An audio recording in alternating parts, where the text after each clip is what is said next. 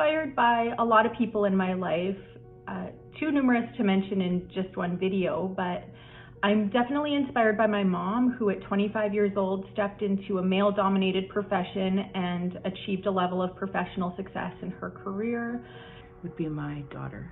She is 23 years old, and like most people, she has had many challenges in her life thus far, and she's had, met roadblocks and come through some really tough and difficult things, and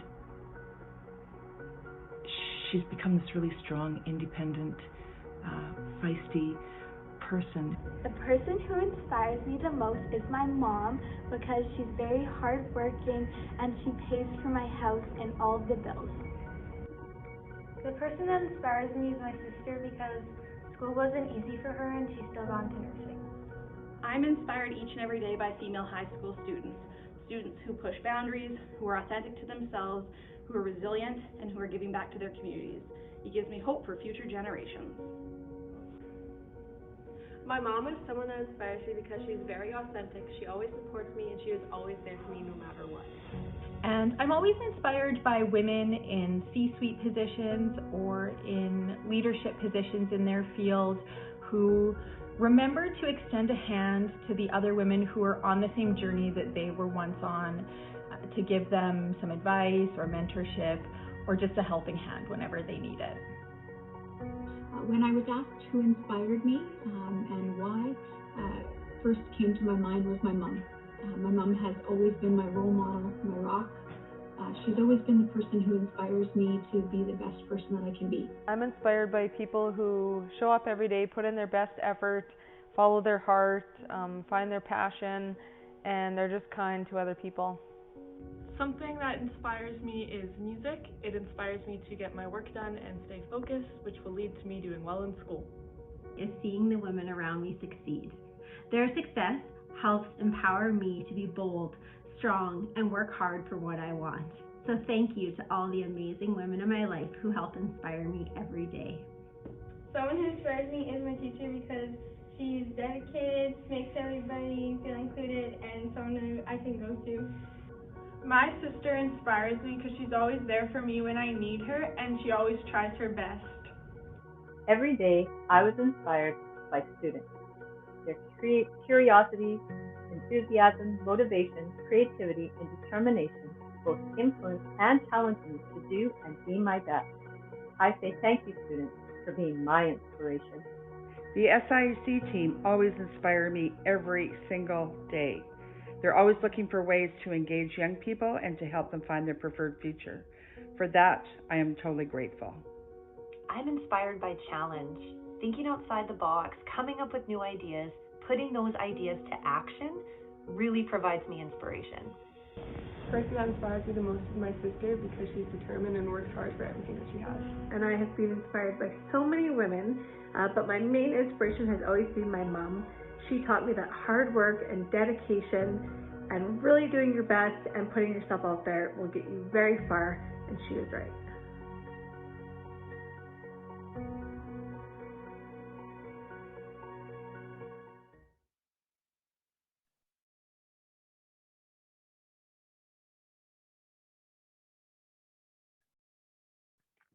Hello and welcome to Connected, Young Women Exploring Careers, powered by Sask Power. I'm Michelle Hardy, and I'm one of the program coordinators with the SIEC.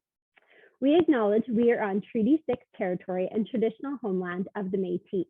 And I want to welcome students from across Saskatchewan who are joining us today. For the past 2 decades, the Saskatoon Industry Education Council has bridged the gap between Saskatchewan school systems and employers, providing experiential learning and career development opportunities to help nurture the workforce of tomorrow. Last year, the SIEC worked with over 30,000 youth, over 450 businesses and post-secondary representatives, and more than 3,300 educators and practitioners. And every year we host over 40 programs and events similar to this. And we also offer our skills boot camps, our spotlight on careers, as well as our summer youth internship program. Be sure to visit our website to check out all of our program offerings and follow us on social media to stay up to date with all of our upcoming events. I would like to take this opportunity to thank the sponsors of our events today, the SIEC, the Government of Saskatchewan, SaskPower, WorkSafe Saskatchewan, Briske's Butcher Block, Hometown Homes, and many individuals who helped donate money towards the Mary Davies Empowerment Scholarship Fund. I also want to give a shout out to our Connected Committee who helped put this event together, Terry Fredette with Greater Saskatoon Catholic Schools, Peggy Mattila Baines with Prairie Spirit School Division, Deb Davies with the Saskatoon Fire Department, Erin Briske with Briske's Butcher Block, Riddell Genoway with Hometown Homes, Alicia Robb with Saskatchewan Cancer Agency, and Jesse Usselman with SIIT, as well as Janet Uchow-Tart, Megan Unruh, Shanna Stewart, Michelle Damon, and Jill Conkin, our SIEC team. Without this fantastic team, the event would not be possible. So if you do not yet follow us on Instagram, you'll want to give us a follow, as anyone who participates in our challenges today will have the chance to win some fun prizes. So before the event, we posted our first Instagram challenge, and it stated, "Be the woman who fixes another woman's crown without telling the world it's crooked." So head over to our Instagram and tell us who or what inspires and empowers you in your life. And I want to take this opportunity to thank both our students and our mentors for joining us here tonight. I encourage you all to remember that every young girl and every mentor here tonight has an interesting story, and we can all learn from one another. And my hope for tonight is that both the mentors and the students leave feeling inspired and empowered. So I would now like to welcome our MC for tonight's event. Erin Briske is the co-owner of Briske's Butcher Block in Saskatoon. Erin holds a degree in English literature from the University of Saskatchewan and has enjoyed a diverse career in media and nonprofit sectors, and took the plunge into being a full-time business owner in 2017. She believes that learning is a lifelong objective, and entrepreneurship provides an opportunity through which she can continue her education and share her skills with others. Her community-minded approach is what drives her to create opportunities to support the people who support her business.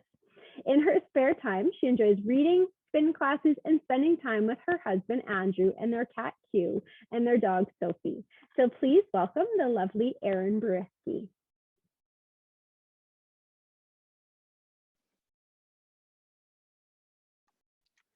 Hello, everyone.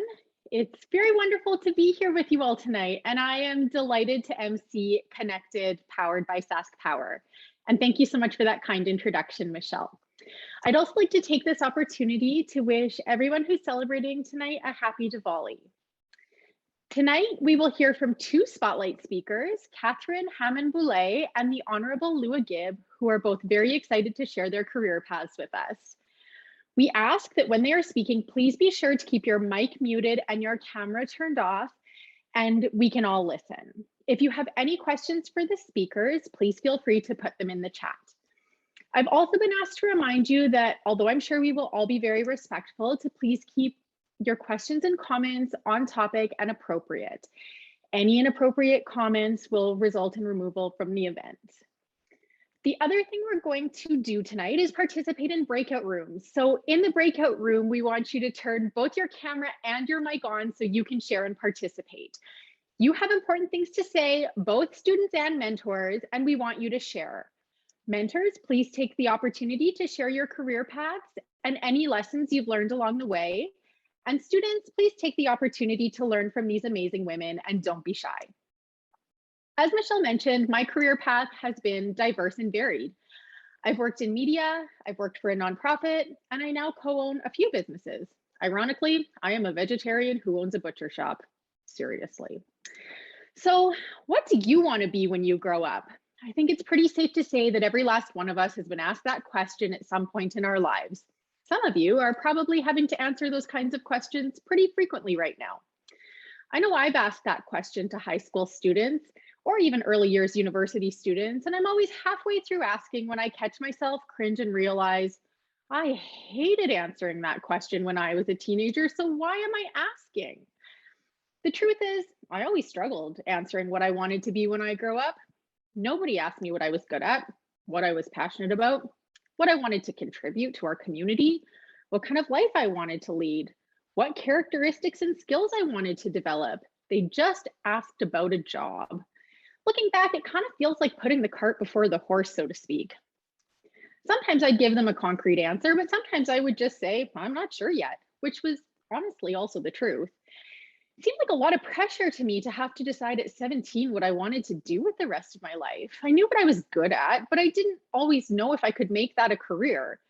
If that question, what do you want to be when you grow up, causes you as much anxiety as it caused me when I was a teenager, rest assured that nobody really asks you that question after the age of about 25 or so you're kind of off the hook.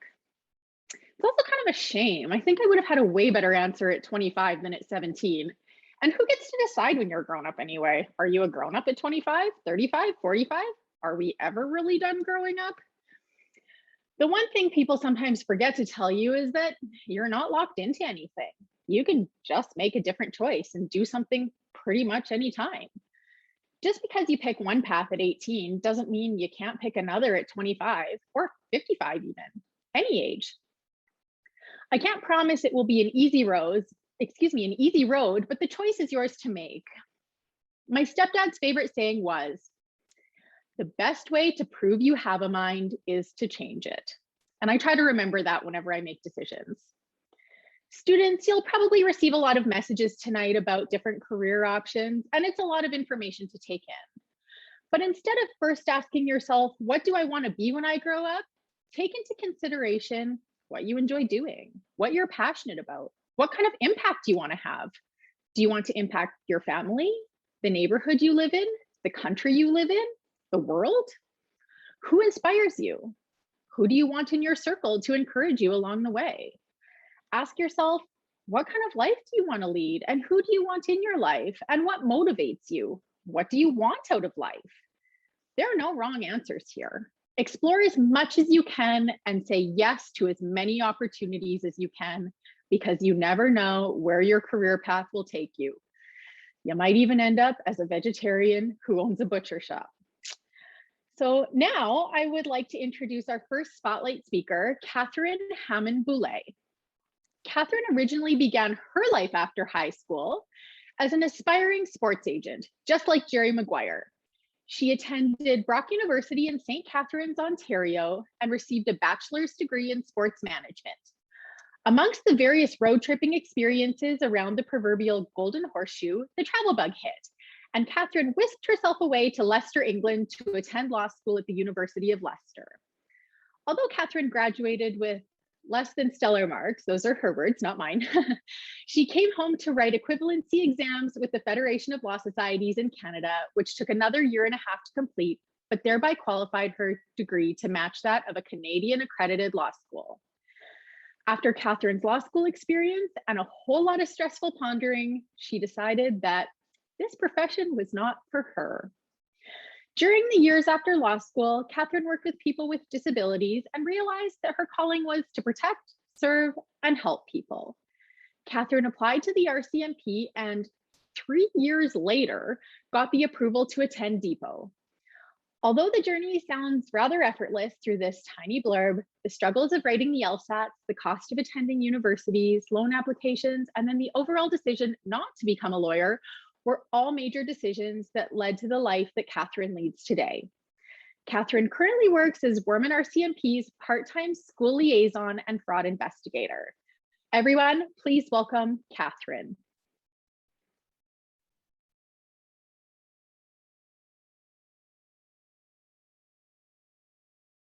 There we go. Well, thank you so much, Erin. You're amazing, and I love the fact that you're a vegetarian who owns a butcher shop. That is way cool. Hello, ladies. Thank you for having me today. This is such an honor when I was asked to do something like this and to ask to do a presentation about myself. I could not say no. I would never say no to this opportunity, because when I was in high school all those years ago, I attended something like this. But a little bit of backstory. I am from Surrey, BC, and I graduated high school in 2005. But before I graduated, I also participated in something like this where a bunch of women came to my school and they told us about all of these jobs that they had and how awesome it was. And back then, I didn't know what I wanted to be. Well, initially, everybody, I wanted to be a Ninja Turtle. So 5-year-old me was saying to my mom, I am gonna be a Ninja Turtle, like Leonardo. I'm gonna carry swords and I'm gonna be cool and stuff. Obviously in high school, I realized that wasn't a thing. And I had to make some other decisions. So with that, I think I just decided on, I'm going to be a lawyer because why not?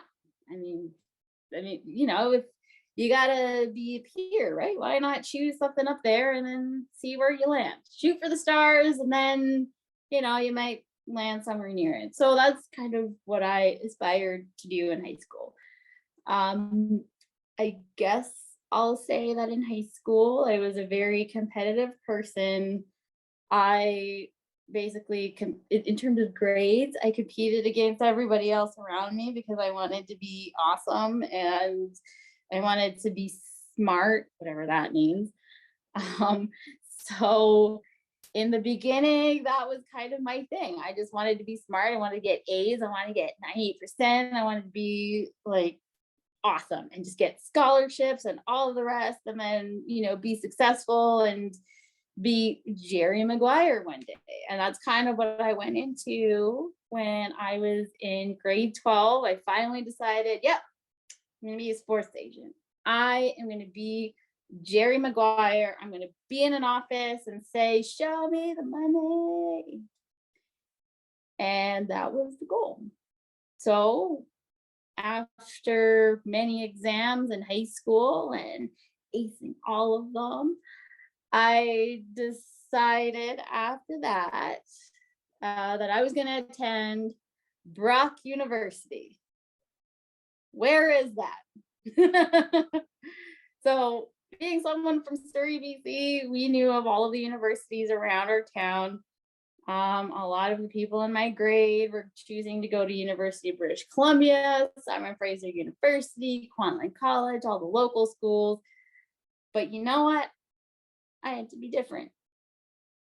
I just had to be different. I don't know why, just competitive, I guess. So anyway, Brock University is this random school in St. Catharines, Ontario, where they had this amazing sport management program, the only one in the country. I was going to take that program because I wanted to be different. That was it. That was the motivation behind it. I was motivated by proving people that I could do all these crazy things, and you know, I just had to do it. It was out there. It was wild. So in 2005, sorry, I moved out there. We got questions. My 5-year-old self wanted to be a Ninja Turtle, and somehow that turned into wanting to be Jerry Maguire. If you guys don't know, Jerry Maguire was a sports agent. It's a movie that came out like in 1995, way before you were born. That's dating me. Oh my God. So Ninja Turtle to Jerry Maguire. And I went to Brock University in 2005 and I knew nobody in that province. My whole family is in BC. I have never left the province. I have never been alone. I don't know how to do my laundry. I couldn't cook. So yeah, that was something. My mom taught me how to do laundry while I was in my dorm at Brock. And then I just had to repeat it every week. So that was something interesting. Anyway, I went and did all of the courses that I needed to do. I met a boy, I had a boyfriend, everything. My other reason for wanting to go to Brock University was because I wanted to experience college life, like real college, the stuff that you see in movies and, living on your own and all the parties and all of the weird stuff you get into in university. And that's why I did that. And it was cool. It was fine. And I did a lot of traveling, road trips around that area because a lot of our programs for sport management was, watching football games and going to Buffalo, New York, and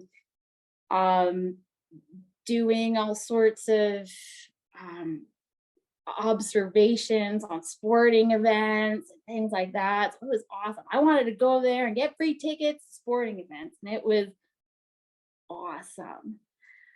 So I did that, and then eventually I graduated Brock University in 2009, and I didn't have a job.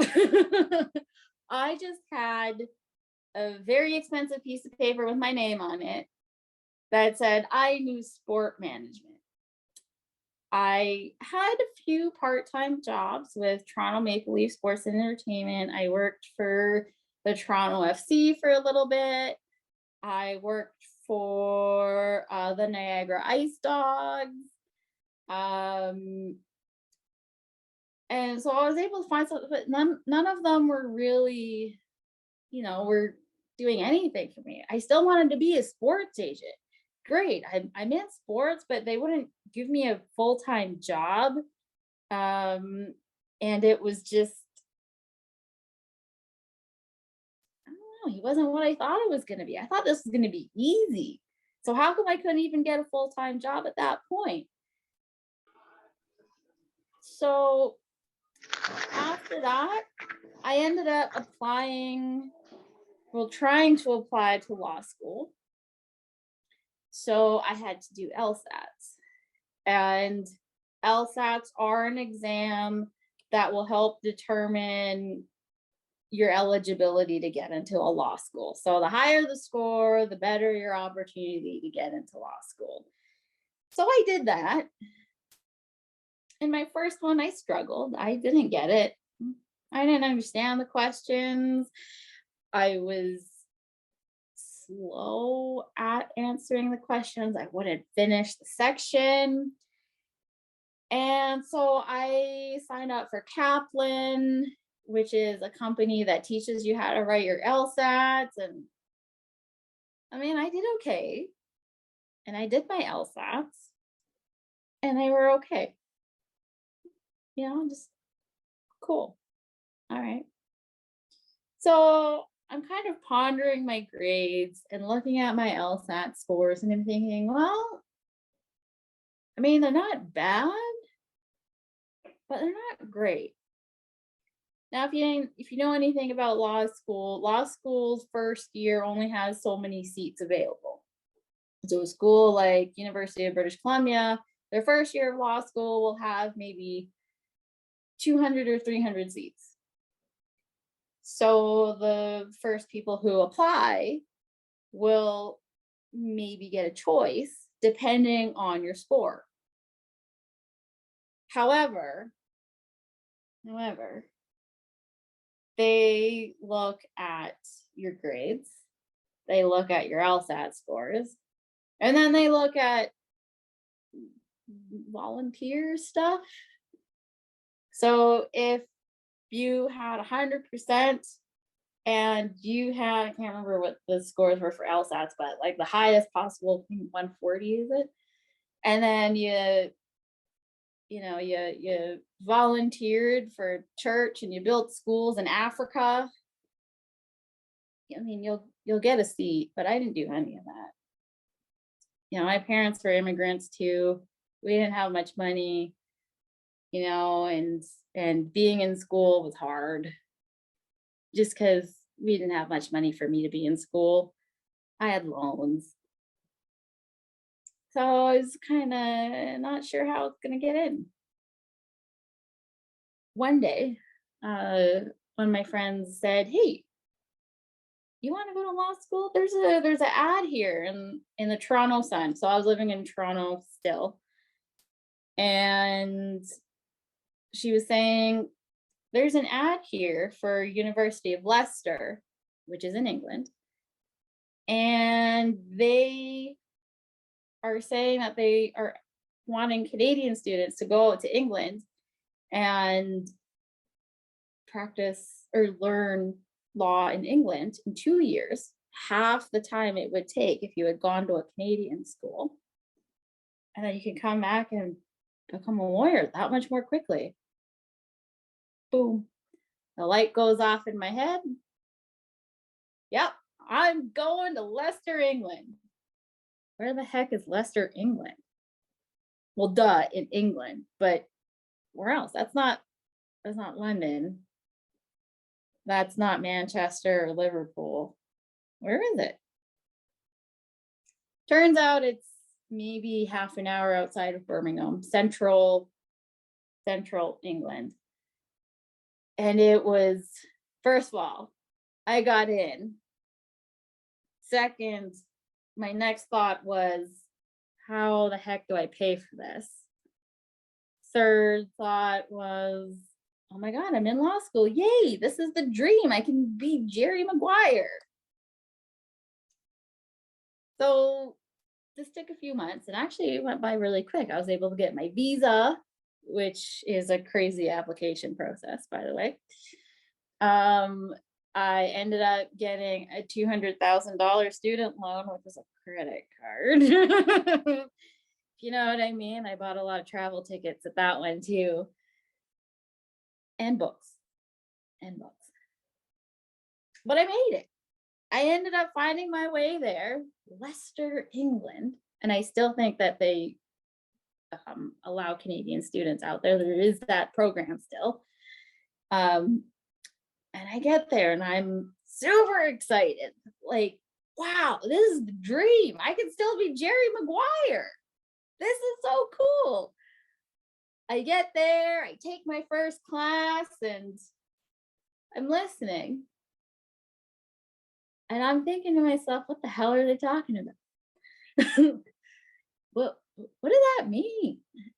And it was just all of these abstract concepts, and English law is a little bit different from Canadian law. First of all, it's old.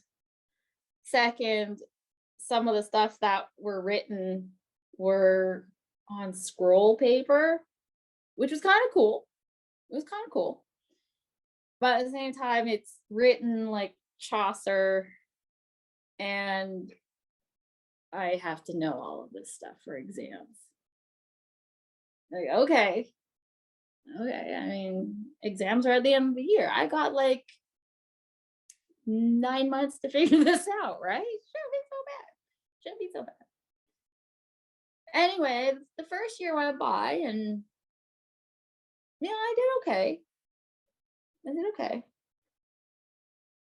But I got to travel, so that was pretty awesome. I loved it. I went to Spain, I went to Paris, I went to the Normandy beaches in France. It was wicked. I loved it. Second year rolls around. This is my final year. It was 2 years. All your courses are the core courses. You have 0 electives. 0. Nothing fun. All of the hard stuff. So I'm studying. And I have no idea what I'm reading. This was like, what? I want to be a liar. I have no idea what they're telling me. I don't know. It was weird. Anyway, exams roll around, and then I realize, I just don't get it. I don't get it. A week before graduation, we get our grades, our final grades. By the way, you only have one exam to get your grades. That was it. Your exam was 100% of your mark. And I got the Canadian equivalent is, like 65% on all of them ish. Ooh. I paid all that money just to get 65%. So that's what I came home with. I came home dejected, heartbroken that I sucked.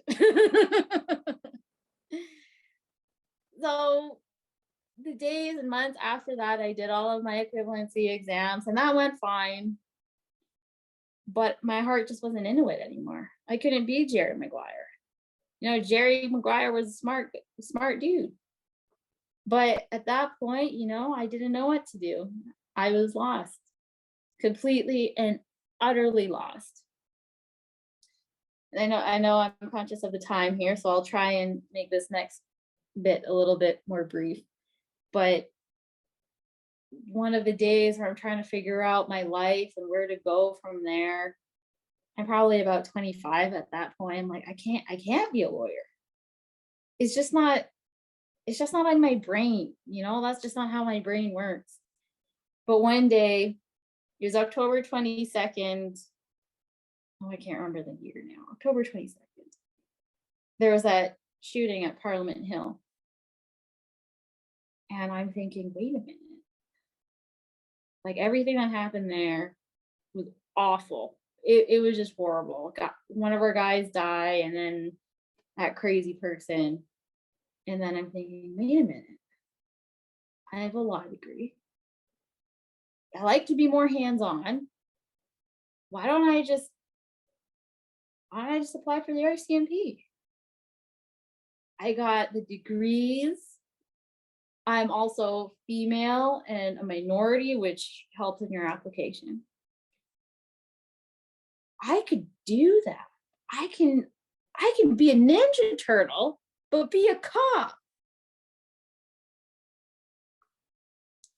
So I did my application, put all the papers in, sent it through email. And 3 years later was when I got a call to depot. Now, in that 3 years, I also found myself a really wicked job working with people with disabilities. And that was the best thing in the world, because I learned that I wanted to help people. And that sort of solidified my drive to join the RCMP. I'm at that time limit now, which I wish I could go a little bit more. So maybe in my little group, we can talk about this and all of that RCMP stuff. So why don't you keep talking for about 5 more minutes?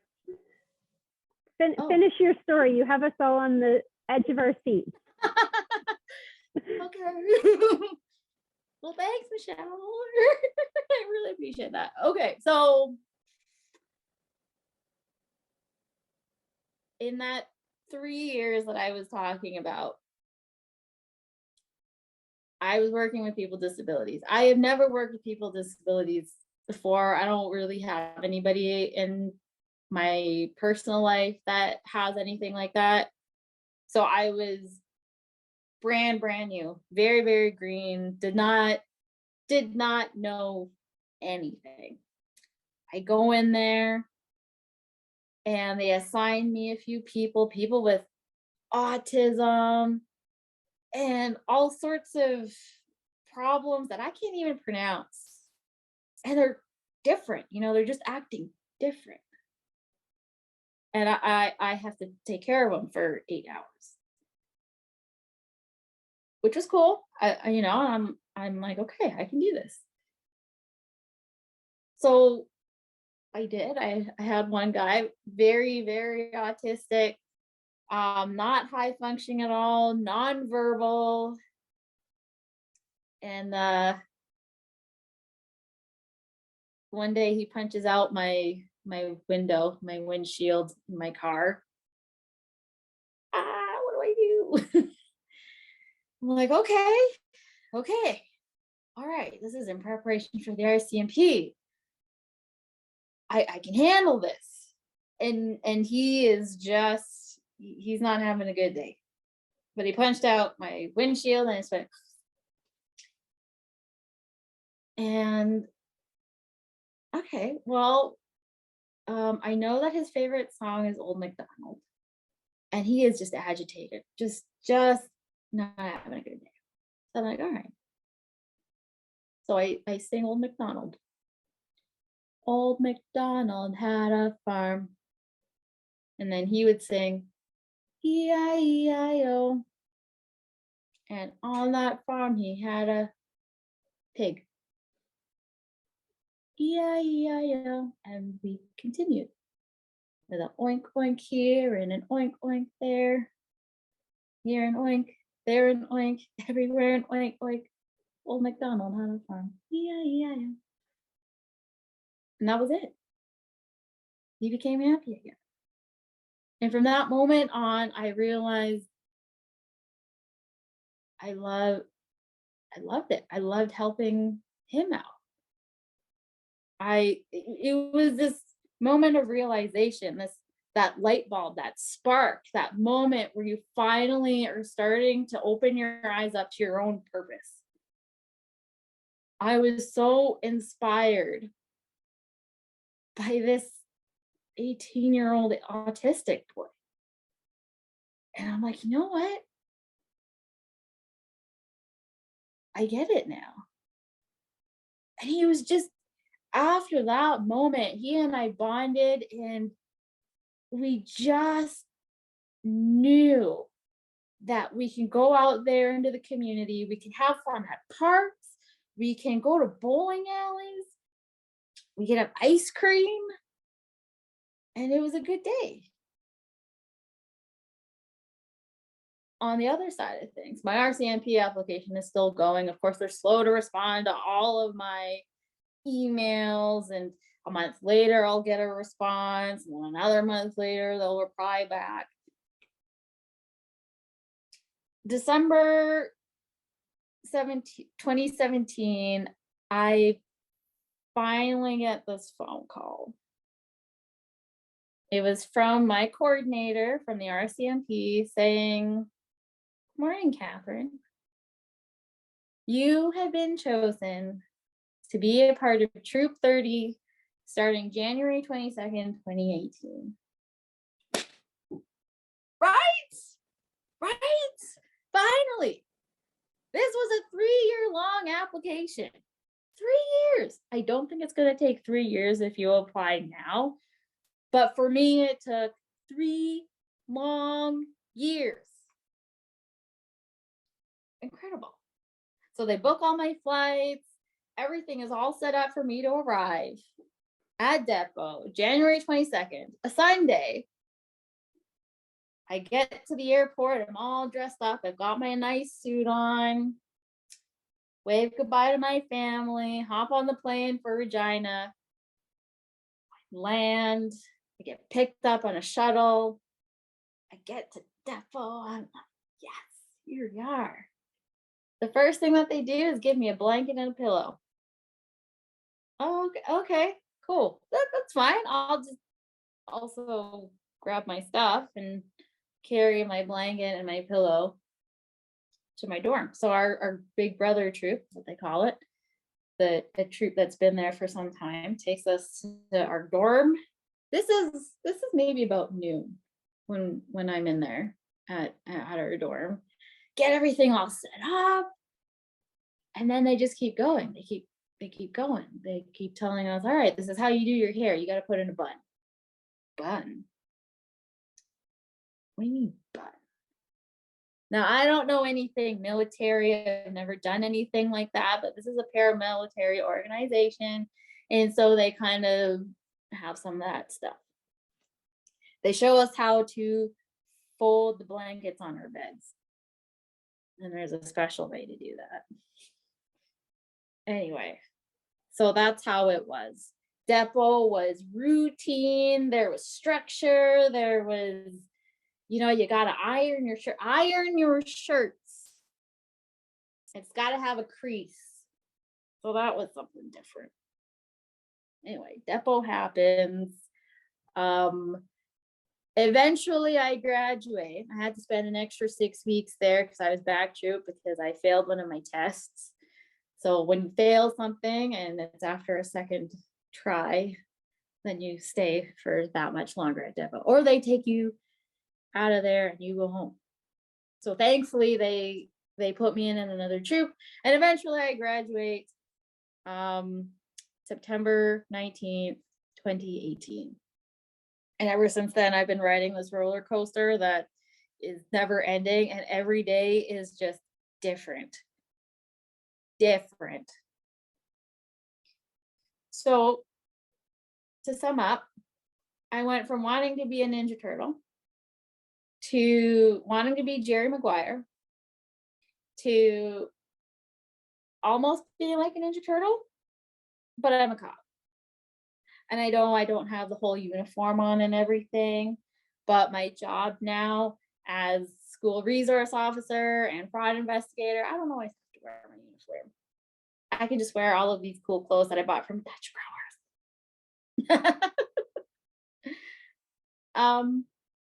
That's all I have for you today.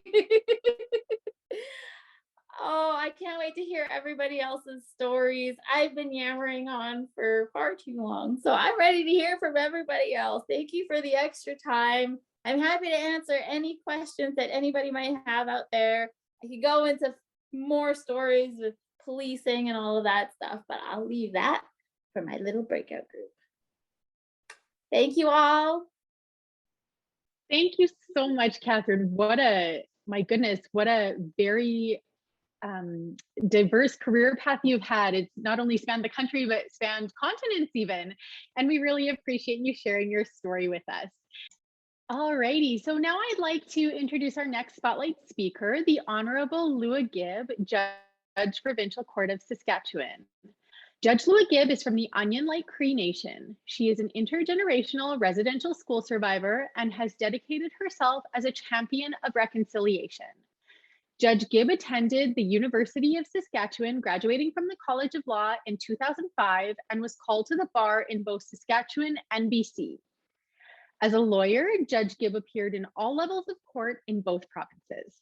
She was appointed to the Saskatoon Provincial Court in January of 2020, and prior to that worked as a senior counsel with the Public Prosecution Service of Canada, as well as a Crown prosecutor with the province of Saskatchewan and an advocate and investigator with the Saskatchewan Advocate for Children and Youth.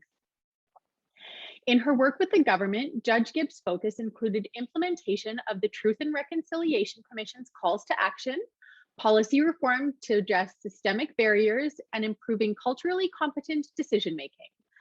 Judge Gibb was a faculty member with the National School for Prosecutors and taught in the area of reconciliation and unconscious bias.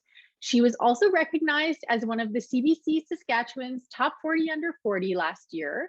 And although she may be the youngest judge sitting in Saskatchewan today, she brings 15 years of criminal law practice and her lived experience as an Indigenous woman to the court.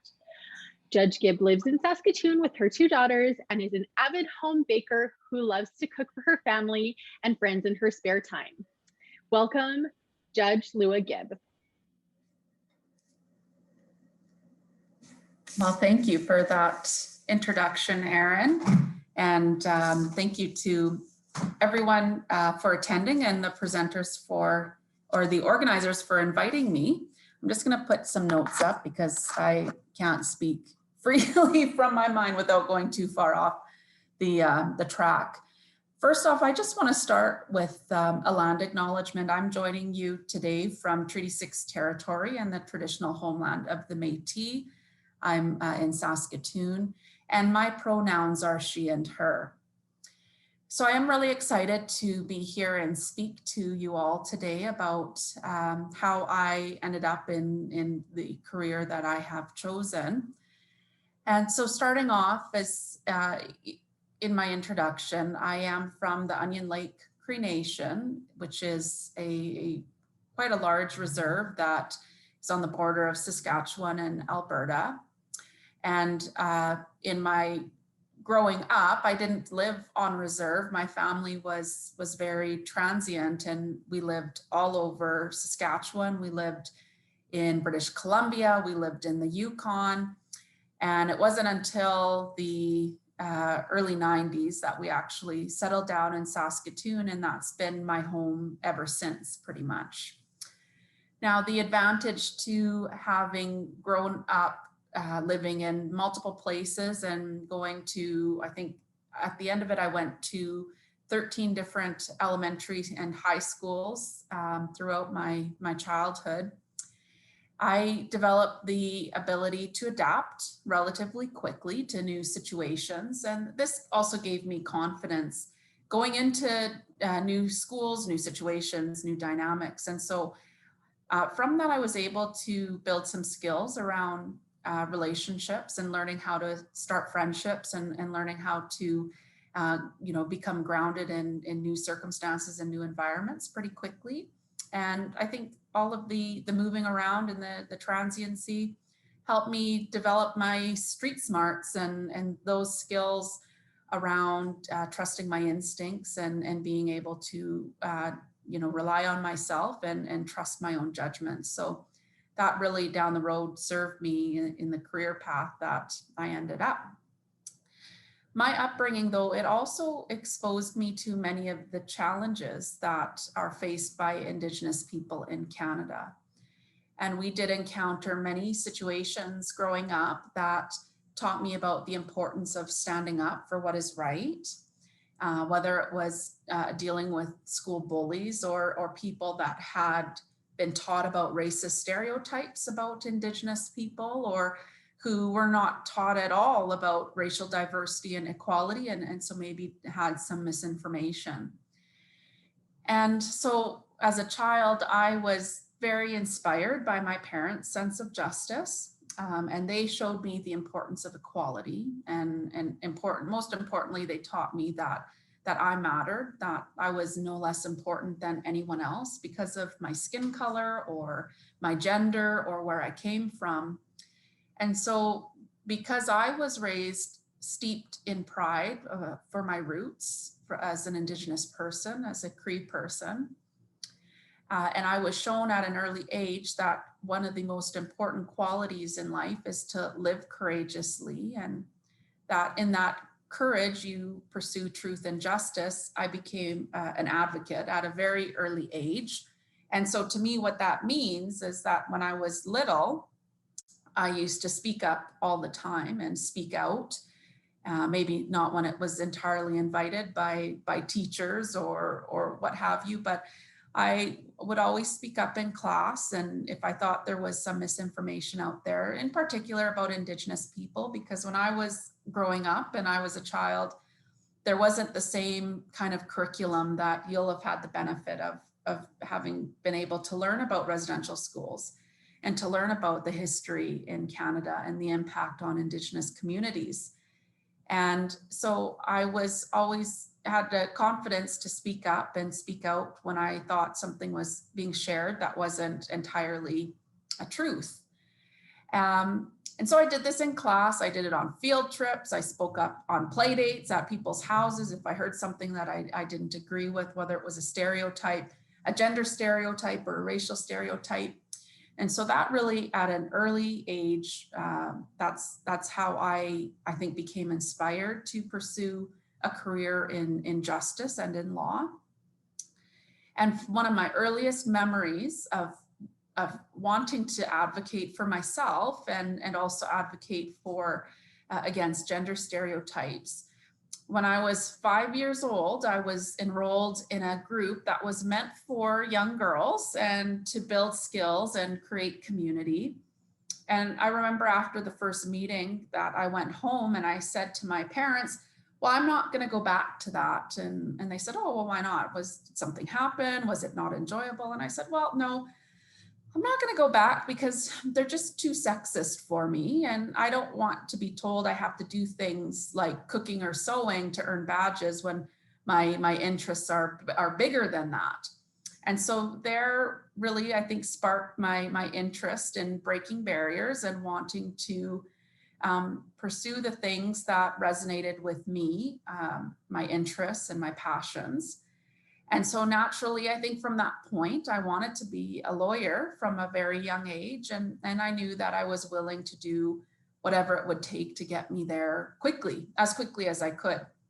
And so in my career path, I was really had the bounty of, there weren't a lot of setbacks that I faced in my career. I was very fortunate that I think two things. Number one was that I was very driven, and that drive is what helped me really buckle down and focus on my studies. It helped that I, as a child and as a teenager, I loved reading. I still love reading, and I really enjoyed writing as well. So for those of you who love creative writing, or those of you who love reading, the careers in law, I think, are ones that really see people with that interest flourish. And I can tell you now, in the work that I do, I read a lot and I have to write a lot, because as a judge, I have to render decisions in some situations, and I have to render decisions for the cases that I hear. So it is certainly one of the things that helped me stay focused and motivated. And so in my work, I finished high school in Saskatoon, and I went to university and basically worked as hard as I could because I wanted to be granted early entry into law school. So I studied hard in university, and I was able to gain entry after 2 years of university. And then I worked my buns off in law school and was very fortunate that I landed a fantastic job with the government. And so I articled with the government of Saskatchewan, and then I worked there for 10 years as a prosecutor. And so I've always been in the criminal courts, and I worked as a Crown prosecutor for a number of years. And then out of interest, because I've always been someone who follows my heart and my instinct, and my heart really was within serving young people, because I really do believe that youth are going to be the ones that change the world for us. And I wanted to start working and building up young people as much as I could. And in particular, youth like myself, those who had experienced the legacy of residential schools. My mom went to residential schools for 10 years. My grandmother went, my great-grandmother went, my great-great-grandmother. So there's many generations of my family that had attended residential schools. And so I wanted to help young people who were experiencing some of the barriers that exist for Indigenous people. So I worked with the Saskatchewan Advocate for Children and Youth.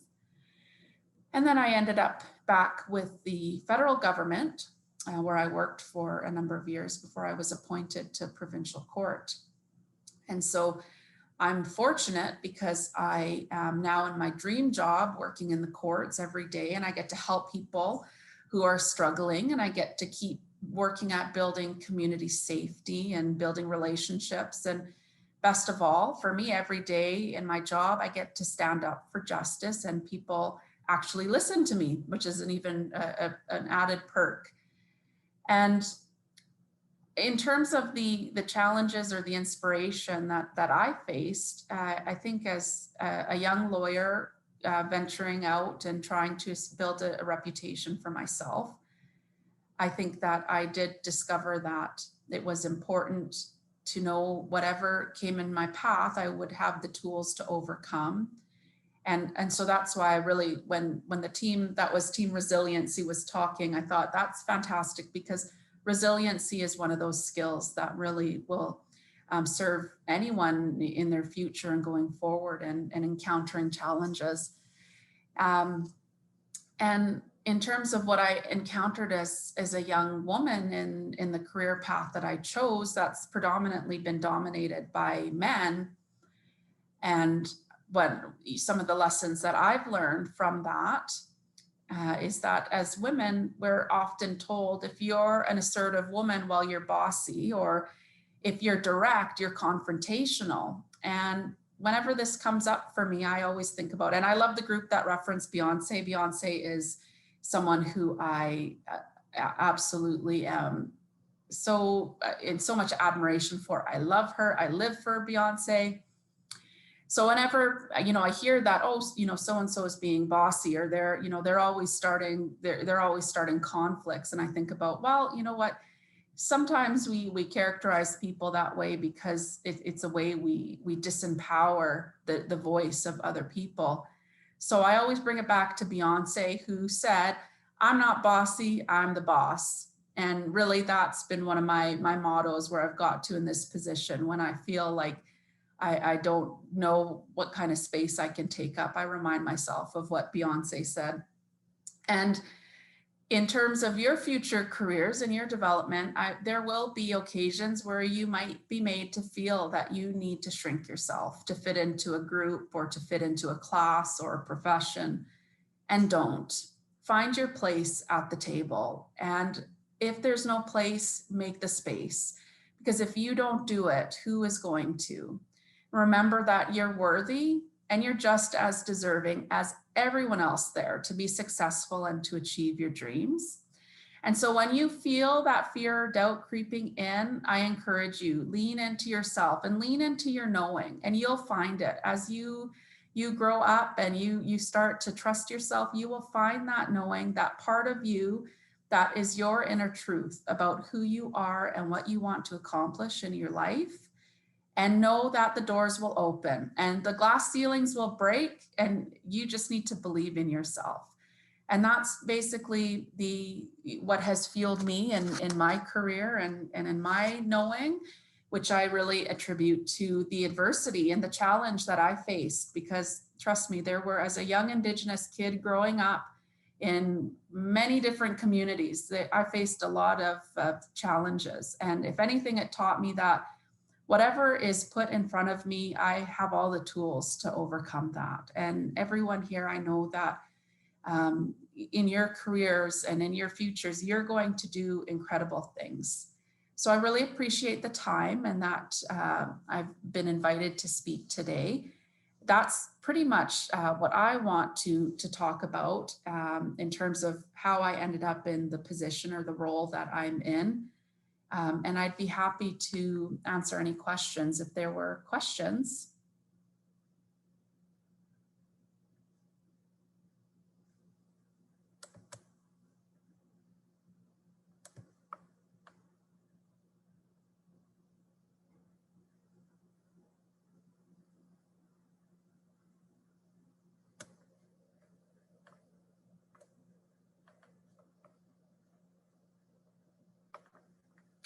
All right, there's a couple of questions here. So I will just try and go to the top of the chat.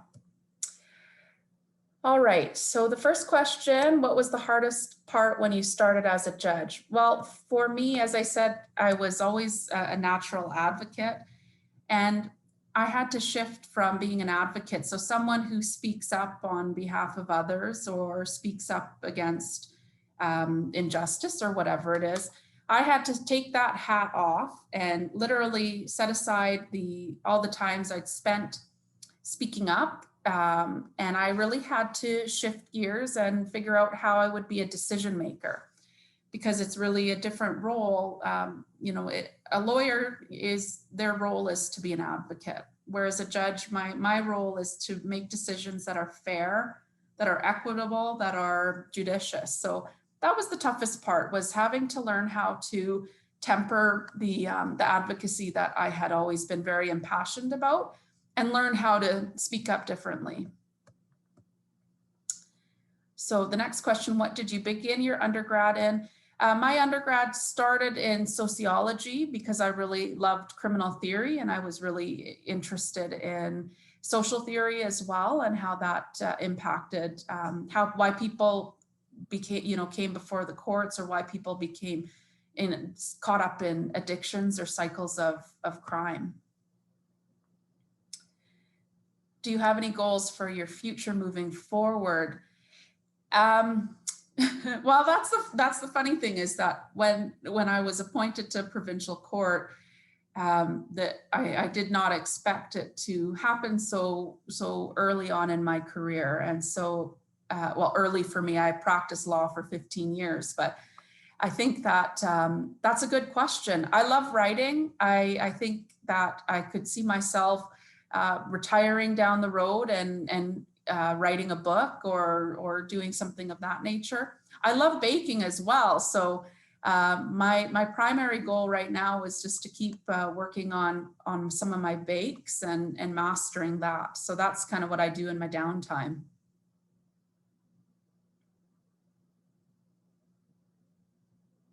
All right, a typical day in my life. Well, first off, I have to rush and get my 2 kids out the door, which is a wild adventure every single day. And so once I fly down, get them to school, fly to the courthouse, 4 days of the week, I sit in court, and I work in the provincial court downtown. And I sit only in criminal court. So I would, some days I sit and hear trials, other days I sit in docket courts, and those are where lots of people appear for the first time or they're coming back before they have a trial. When I go to court, there's a court clerk there who lets me into the room. There's always going to be a Crown prosecutor, and they represent essentially the public in a way. And then there'll be either an accused person or a defense lawyer. There are deputy sheriffs in the courthouse, and so we just go through hearing cases. And so I deal with sentencing people, I deal with having trials go ahead, all sorts of different applications, but everything I do is based on the criminal court. And so now I sit, we have court in the mornings, and then we have it again in the afternoon. So basically that is much of my day. I do lots of reading in my downtime. Part of my work is to ensure that I'm up to date on all of the law. So I read lots of cases, keep up to date on my legal literature. And so it's really, it's fantastic. All right, there's another question. Have I ever thought seriously about a different career path? Honestly, no. I really, as I said before, my drive to be in the courts, and the reason why I had such a strong drive to work in the courts was because I wanted to really build the relationship between Indigenous and non-Indigenous people. And I wanted to create bridges, and I wanted to improve outcomes for the community that we live in, and in Saskatoon in particular, the community that I love and that is so important to me. And so for me, it was natural. When I left to work at the advocate's office for a couple of years, I just missed it so much. So it's what brought me back to the criminal courts, was that I knew that my place was in the courthouse. And that's why I say, you know, in terms of any advice I would give to anyone going forward, it's just to find what really ignites your passion. What do you love? And if you can manage to channel that into a career passion, then you'll be set. And like I said, I've never looked back thinking, I wish I would have done this, or I wish I would have, pursued a career in academics or someplace else. I really love my career. And I come from a family of educators. My parents are both educators. My sister is, my brother is, but for me, law was, I just knew that's where my heart was to be in law. Wonderful. Well, thank you so much, Judge Gibb. I wish I didn't have to stop you from answering questions now, because you have such fantastic answers and such fantastic advice. And I will definitely be taking away that I'm not bossy, I'm the boss from tonight. I love that. And I will definitely incorporate that into my own life. I think that's fantastic.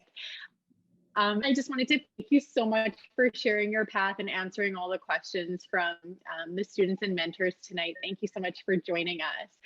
It's now my turn to thank everybody for having me this evening, and thank you to all of the students and mentors and our spotlight speakers, and then all of the other members of the organizing committee for your roles that you played tonight. A big thank you to our sponsors as well as for sponsoring this fabulous event. And without further ado, I'm going to turn it back over to Michelle from the SIEC. All right, thank you so much, Erin, for being part of this event. I always love hearing your stories and having you make the connections throughout our event. So next up, we are going to give out our very first ever Mary Davies Empowerment Scholarship. So Mary was a member of our Connected Planning Committee for many years, and she left a lasting impact on us with her positive outlook on life and her welcoming nature. To honor Mary and help carry on her memory at Connected, we have created the Mary Davies Empowerment Scholarship. I want to thank everyone who took the time to share their stories with us. Our committee was truly inspired by the submissions we received. The strength and courage demonstrated in these submissions were moving, and Mary would be so proud of the young women in our community. You all had amazing women in your life inspire you, just like Mary inspired us, and I know one day you'll all be the ones inspiring others. I would now like to welcome Deb Davies, Mary's daughter, to present the scholarship to our deserving recipient tonight. All right, Deb? Thank you, Michelle. What a great event. I always love this event, and so did my mom. So I'm going to refer to my mom as Mary just so I can make it through this. So Mary would have been so proud to have her name attached to such an award. I'd like to give you a little bit of a background and paint a picture as to why Mary is such an amazing woman and what she overcame and why her name is on this scholarship. Mary Davies was born in San Jose, California in 1941 and grew up in Southern California and Mexico. She had a happy, affluent life until her father died by suicide when she was 7 years old. She had 2 younger siblings. Her mother later married a man who changed the lives of Mary and her brother and sister from a good life to terrible. Mary married at 16 years old to escape her home situation. This marriage ended in divorce. Later, to try and find some normalcy, she married again when she was not much older. Mary then had a baby girl who died at the age of 3 months due to a heart defect. She later gave birth to another daughter when she was 19 and was soon divorced again. Mary somehow managed to graduate as a psychiatric nurse in 1962 as a single mother in California. I remember her telling me that she was so broke she didn't have enough money for a $2 alarm clock because everything she had was designated to rent, daycare, and groceries. She didn't have a nickel left at the end of the month. Then one day in Southern California, Mary met a man from the Canadian Navy. In 1966, he convinced her that he could give her and her daughter a better life in Canada.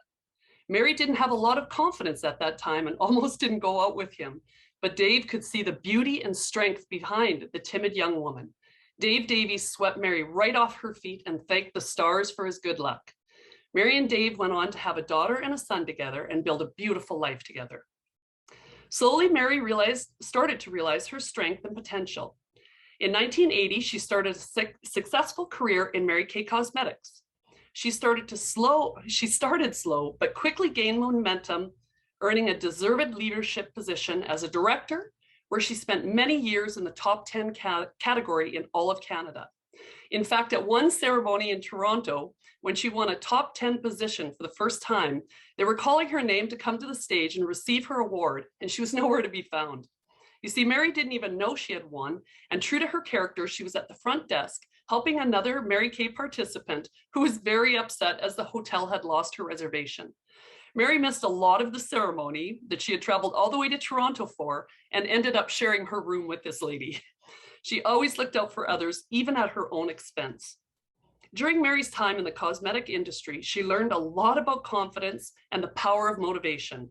She told herself she could do it, even when she was struggling with confidence. This is how Mary spoke to herself and why she became so successful. This is very important to know and understand as young women.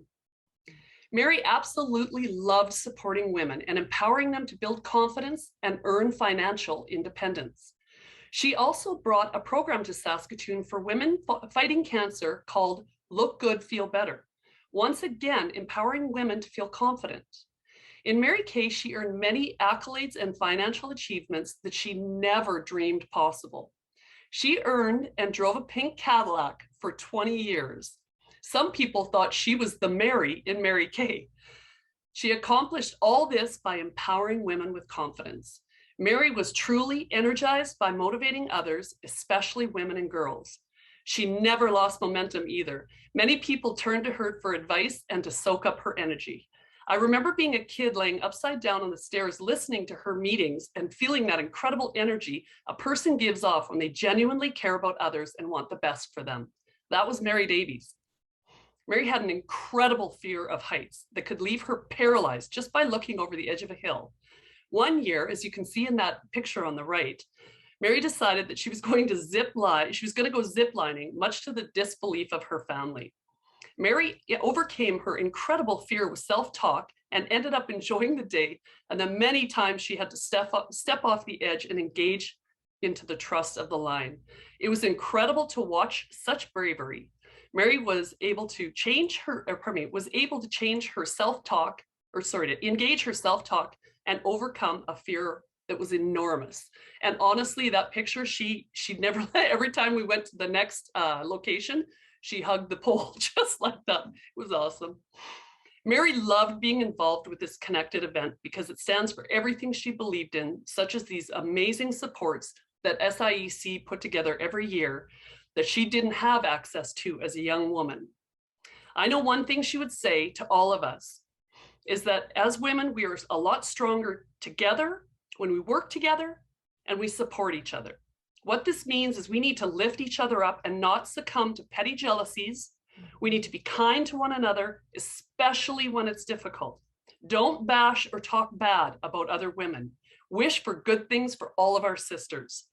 I will leave you with this. Mary was my mom, and she was the person who empowered me and taught me about confidence. She modeled for me the fundamental principle of confidence is how you talk to yourself each day. It's really quite simple when you think about it. My mom ended every day with gratitude, simply saying, another great day. And she meant it, even when she was dying from cancer. Thank you and good luck to all of you. Go forward with confidence and be kind to yourself every day. As our award recipient said, empowerment means resilience, determination, and perseverance. It means to lift others up and lift yourself up and keep putting in your best efforts. I believe empowerment is also feeling proud of yourself when you accomplish something. I agree. It's to acknowledge your achievements and celebrate them. Failing is something to be proud of too, to turn failure into a lesson worth learning and growing from. Lastly, I see leadership revolving at the center of it all. Leading your peers to attain their goals and yourself to yours is the heart of empowerment. It's proving to yourself and others that anything is possible if you put your mind to it. I'm surprised this girl is not a daughter of my mother. I read her application and I absolutely loved it. Please join me in congratulating the 2021 first ever Mary Davies Empowerment Scholarship recipient, Amy Van de Meel from Delisle Composite School. Congratulations, Amy. Thank you so much. Thank you. Like, I am just so honored right now. Like, my heart has never been beating this hard. And like, just to learn about your mom and what kind of woman she was. She even reminds me of my mom so much. And to hear those words from you, and thank you so much. I am just, thank you so much. I'm just honored and oh my gosh, my heart is beating so much. My hands just broke out in a sweat. I'm just honored. That's all I can say. Thank you. Thank you so much. So honored. All right, now I have to talk. Thank you, Deb, for sharing those words about your mom. And thank you, Amy, for your submission. All of the submissions that we read were incredible. And we are so fortunate that we all got to know Mary. And we're so fortunate that we get to work with amazing young women like all of you. So we are going to wrap up our evening. It was fantastic. I'm so glad you were all able to join us. Thank you to our spotlight speakers who joined us and shared their very inspirational stories with us and their words of wisdom. Thank you to our mentors who helped inspire us tonight. We tried something new with our breakout room, and I hope you guys enjoyed getting to know each other, but also thinking about those inspirations and those empowering moments and those empowering aspects that help you through your life. So I hope you enjoyed the breakout room and you got to know one another a little bit better.